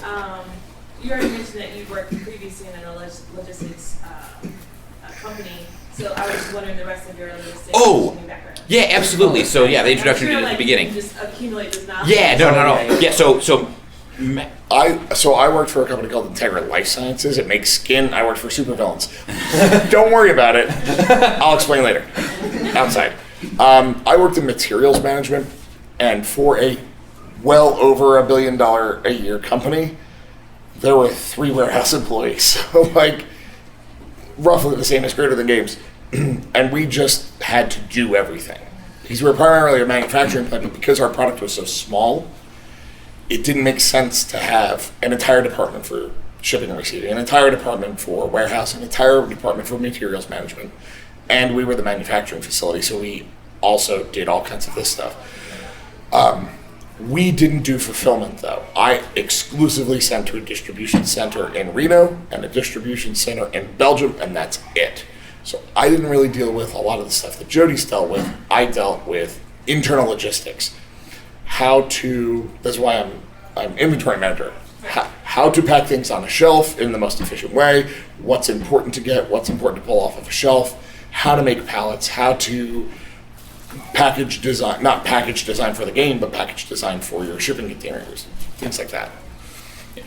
So that's what I did, and it was a nightmare. Yeah, I'm one of the founders and CEO of Greater Than Games. So we're a mid-sized board game publisher, and I learned all of this stuff by owning a board game company, having to figure it out. So we made this decision early on to that a lot of companies don't make, a lot of board game companies don't make, to just like, oh, we can do it, like in-house. And I like freight shipping logistics, so it works out. So that's how the thing works. Paul's playing. It's a special level of detail. Yeah, exactly right. So like, I'm an equivalent in books. yeah, oh yeah. So it's a game that I really like the freight logistics. Paul is playing a board game. Yes. But it is a board game about getting board games across the world, and only he is playing it. Yeah. So like, and he can't play with anyone else. Exactly. Like all of the like video games and stuff that I like are also just this kind of game. So it's all the same kind of game, like Civ or like Factorio or anything like that. Yeah, he likes spreadsheets, the game. Yeah.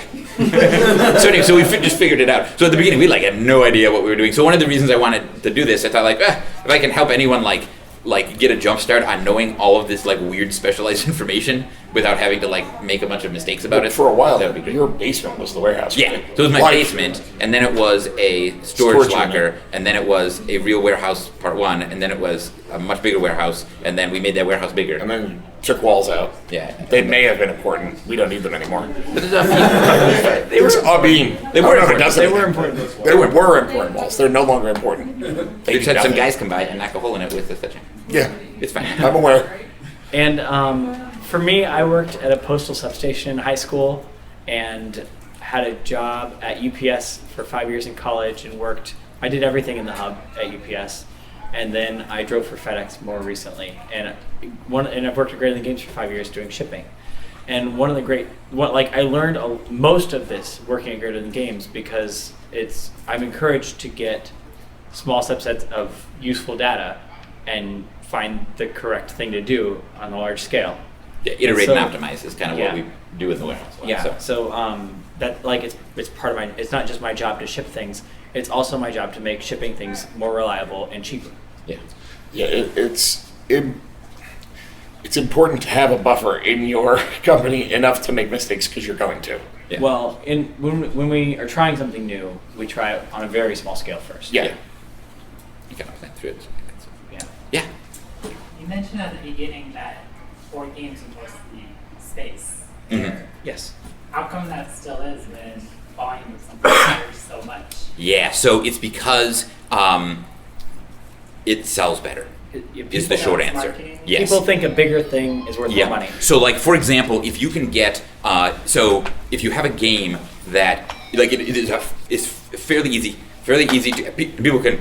I'm happy to talk for the whole 2 hours. I'm also like I'm not offended if anyone is like, okay, I'm kind of done. Yeah. Or I've got something else to do, so you want to walk out. So the answer to that. So it's fairly easy to come up with a game that, in terms of the like weight of the gameplay, like not actually, but like the complexity of the gameplay and the manufacturing cost of the game in terms of what's in it, the bits and bobs or whatever like that. The game should be / needs to be a, say, $40 game or something like that. Well, if you can fit all of those components into a box this size, which is definitely potentially doable, that depending on the game, it could happen. Like I can definitely conceive of games that would be like this. It would be much cheaper to ship it, but no one would buy it. Yeah, because they wouldn't value it, like the perceived value of the game. Because when you see a thing on the shelf that is this big, and versus this big. I don't know that it will change. I don't know that it ever will change. Right? Has anyone It's- tried to? I've known the people that have done it, and like it's just like retailers won't touch it. Like it's a lot of this. So like my job, one part of this like elaborate game that I'm playing is optimizing all of this stuff on the shipping and freight side, but then And also deciding on the size of a box. exactly shape right. of a box. But then completely on the other side, like I talk to retailers and distributors all the time, like our customers and our customers' customers, and figure out like how do we optimize sales over here, right? And then like there's certain things we must do to optimize sales. And there's certain things we must do, and like there's a cost-benefit analysis. So like, when do you go for optimizing sales? When do you go for optimizing shipping price? Back and forth. So we've managed. The way we fix this problem though is we ship using FedEx SmartPost, which isn't dimensional. Problem solved. But like, go into any Barnes and Noble, there are no small pocket-sized games, or very Yeah. few of them. If there are, they're $5 to $10. Right, and they don't cost $40, right? Yeah. Exactly. So There's nothing that is this big that costs $40. It doesn't exist, even if it's just a bunch of cards that We could have a easily go product in a line box. that's about the size of this postcard here. Yeah, absolutely. They cost $10 a piece. yeah, and that's good. That works at the price point, and that's great. Because they don't sell it for that. Yeah, But even Adam was talking about when he used to go to art shows. yeah. The like perceived value is one of those weird things. So he used to sell his pieces for $10 because he's like, this is a reasonable thing for me to do, and he would sell nothing. He said, so the next day, I would sell them for $25, and I sold out. It was the exact same pieces. Yeah. And the perceived value is one of those weird psychological things. Also, Yeah, I was at a panel yesterday where we talked about Target is not selling over. Exactly. They're just not ever going Yeah. to do it. For Not, like not because 5 it's too different heavy, but, reasons. well, yes, but mostly because something this big is never going to sell unless it's a kayak. Just off that, and then there's people like me that we want the extra airspace because I have almost all of Sentinel's sleeved. Oh, And yeah. that almost God, I'm yeah, no.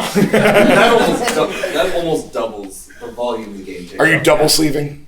I am not. Thank God. All right. Well, So, we were really.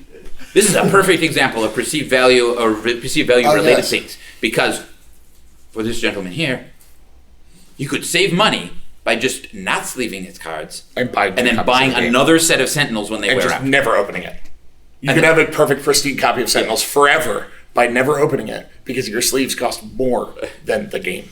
That is an actual thing. And also your time. Yeah. For Sentinels and most versatile. Oh, the penny sleeves. That's true. Yeah, penny sleeves. We can't shuffle those. Are you, We- are you, come using, on. are you using penny sleeves?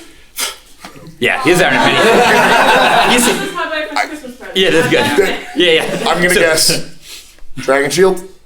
Ultra Pro. Come on, the fantasy flight seats When are you fine. say They're they the best. doubled the volume of it, I knew it's not penny. Yeah, it wasn't, and it wasn't the fantasy flight ones that are Yes. just a little thin, but they're Yeah. perfectly sized and everything still fits.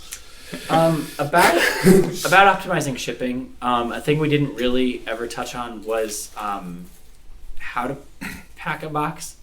Oh, that's Yes. We mentioned that having the smallest volume you can for the most of your goods, or for in general, is a good thing because you don't get charged for the size of your product. For additional size is bigger than your product, but you want to use like effective but little packing material. Like you want there to be airspace, but you don't want your thing to be able to move around.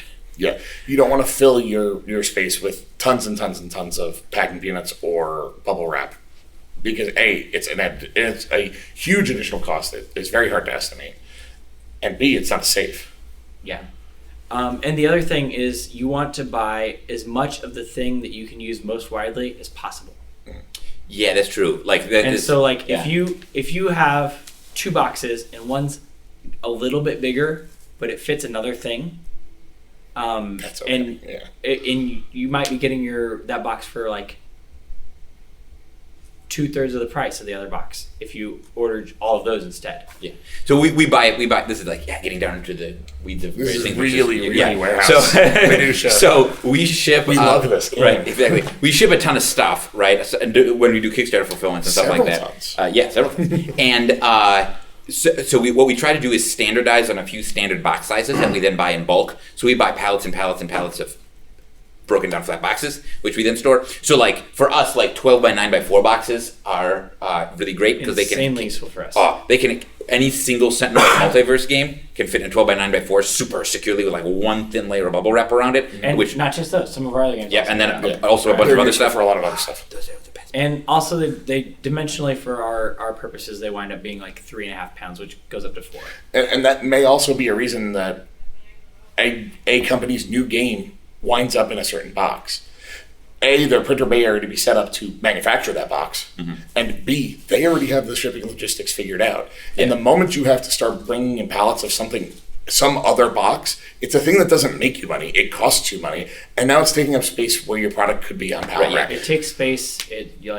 You have to make a decision about whether it's worth storing a lot of it or whether it's worth ordering more often. Yeah. Because every time you're paying shipping and you're waiting on it, so you might not be fulfilling while you're waiting on new boxes to come in. So for us, the manufacturer we use is sufficiently large and sophisticated that they can make literally any box size that we wanted within reason. Like the difference of like they can go like any millimeter increment in either direction, and it doesn't really change the price. They don't have standard sizes. Their machines are really good, right? Yeah.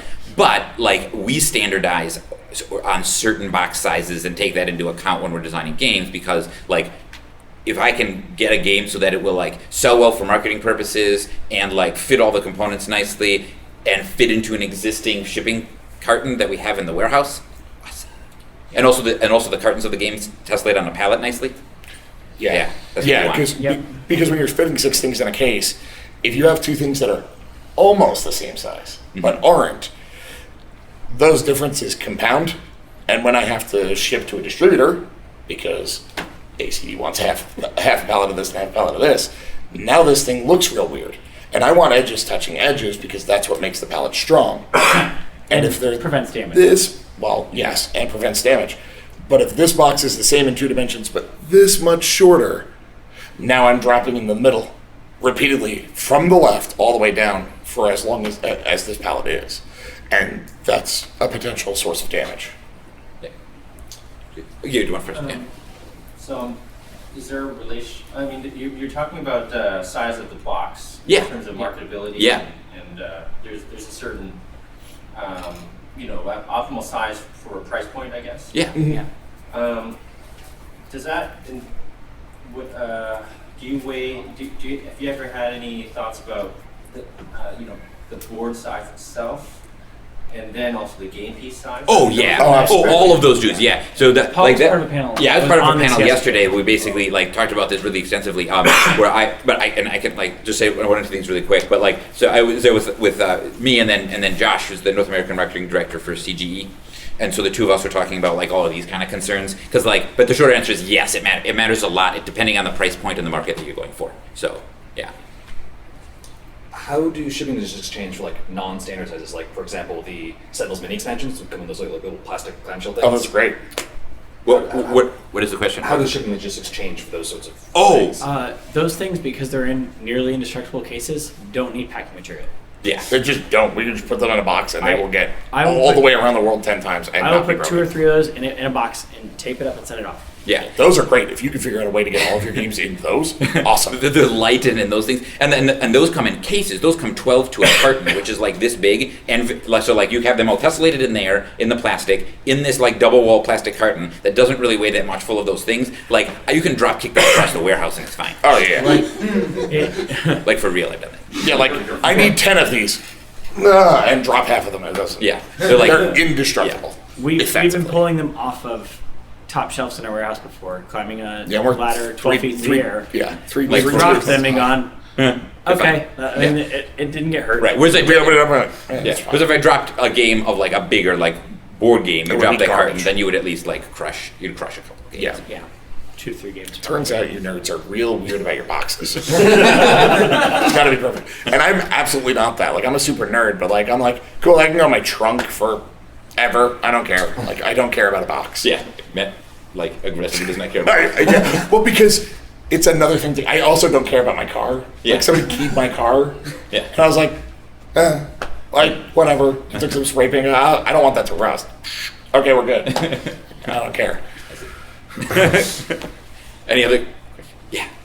When you're shipping freight on like a truckload level, Mm-hmm. do you ever work with someone, say at a destination, for backhaul to lower the transportation costs? We haven't previously. And part of that is because the truckload and partial truckload shipping that we do is comparatively rare still, and so we have not really iterated and optimized very much on that at all. That's So. what you're looking to do? Maybe, I don't know if we have right yet a common use case for it. We don't have a really common use for that. Yeah. But also, like, we're still very pleased with how most of these go, and the people that we ship to that we would need that for are so close anyway. Like from St. Louis, it's to Michigan and to Georgia mostly, Yeah, and like that's it. yeah. There's those 2 lanes, and it's Thank you. yeah. Thank you. Yeah. We would have to be showing it. Yeah, Considerable yeah, more volume. exactly. If- I could conceive of it coming up, but what would be more likely at that point is that they'd be buying full containers from me anyway, and then I would just directly ship a container of stuff, which we've done like a very small number of times in the past. Just directly ship a container from China to them. You'd be like, it's your problem now. Yeah, and then we never have to deal with it. Yeah. What about people who aren't your customers, like, who are in the same area? Oh, potentially. So we do some amount of warehousing and fulfillment for some smaller board game publishing companies and things like that, and we have, and like also do something like it would be something that I would consider. Like right now, it might be a little bit too much of a solution for a problem I don't have, but like it's a really cool solution. So like I'm definitely I have my eye out for a problem for it. Yeah. Like for trying to find a nail. Yeah, exactly right. Yeah. Yeah, if that makes sense, you know? Yeah. So you mentioned you started the warehousing from your basement. Yeah. Like how many board, like how do you get like the pallets of board? Oh, I don't. You don't. You No. super don't. Yeah, so then Carry them stop doing that right downstairs. away. Like, that was like, I was shipping out of my basement and keeping things in a storage locker for like 6 months, and then that was super unacceptable, and we got a warehouse. But like, it turns out that if you want to get, at least like in the middle of the country, if you want to get like a 1,000, 1,500, whatever square foot warehouse with a loading dock door, that's just like a big empty concrete room. It's that less is than your rent. Yeah, that is not expensive. Yeah. Well, that's another reason that a lot of this stuff exists in the Midwest. Like, Yeah. not only is the shipping and logistics easier because you're in the middle of the country, you're not dealing with, but like The square footage. the square footage is dirt cheap. Yeah. Like it's Especially if stupid it's, cheap. like, and out a lot in- of it's abandoned. Yeah, out in the middle of like, Extra. out toward like the like, when they build a bunch of like light industrial stuff out in the suburbs, it just like it's super low value. They build way too much of that. I don't know what they're doing. Because you're not doing like a giant distribution center with like 100. We have 3, and we use one most of the time. Yeah. We have 3 loading docks. Yeah. And that's it.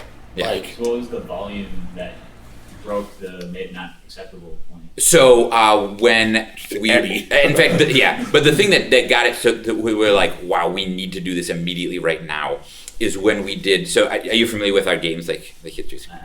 So we started the company in 2011 at Gen Con 2011, and then we had got like an investor to do the initial print run. We had like a few thousand games we made, and we were doing them from this storage locker in my basement kind of situation. And then we did a Kickstarter for the first time in the fall of 2011 for an expansion for it. And the Kickstarter wound up going well enough that I ordered 10,000 of the expansion, which was actually a bad idea that worked out. Like in retrospect. Yeah, like, anyway, like very dangerous. shouldn't have done that. Anyway, but we were ordering so many because it was going to be a full container full. It was just a full 20-foot container at the time, but like it was like it's a full thing. But like that much stuff, I'm like, this can't go in a storage locker or a basement. We have to have a loading dock to get this container of stuff. So let's quick go find a place that has one, and so I did. Are you still at that same location? No. That place was tiny and did not have nearly enough room for us. So I'm the only non-owner that's ever worked there. Yeah, that's true. Were you originally just happened to be based in St. Louis? And So- just a happy accident? We were all in different places when we started the company. I was in St. Louis, and then Christopher was in Kansas City, and Adam was in Los Angeles, right, when we started the company. And because it turned out that St. Louis was the right place to have the company, the other 2 of them moved to St. Louis. and then they've just been collecting people ever since. Yeah. From all over the country. A little off topic, but you did mention 10,000 expansions was a bad idea. Yes. What is the core set to expansion ratio you would recommend? Okay, this is a fascinating question, and it depends on the game that you're making and What the expansion and does peripheral for it. topics. Yes, so in general, so this came up again yesterday in the Amazon. So for Josh at CGE making games, if you're making like code names or other games that are more thematic and more core hobby, but still like kind of games that are like just like those kind of games. The attach rate, and this is true for us too, for games like I don't know how much about our catalog. Not like Sentinels. Games like Compounded or Bottom of the Ninth or something like that. The attach rate is maybe 20%. Or so, maybe 25%, up like there. But and that's kind of pretty standard. For a heavily thematic game targeted at core hobby, the attach rate can be like 50% plus. And those estimates aren't always right. Yeah, and those estimates, yes, you never know. Sometimes you bring not enough Fate of the Elder Gods expansions to Gen Con. Listen, sometimes we did real good. Yeah. You mentioned that you do fulfillment for some smaller game companies. Yeah. Do you look to expand that? And I know, like in our company, that whenever we do fulfillment, it's always a bit of a nightmare. Yes, it is. And so, like, have you come into that kind of like?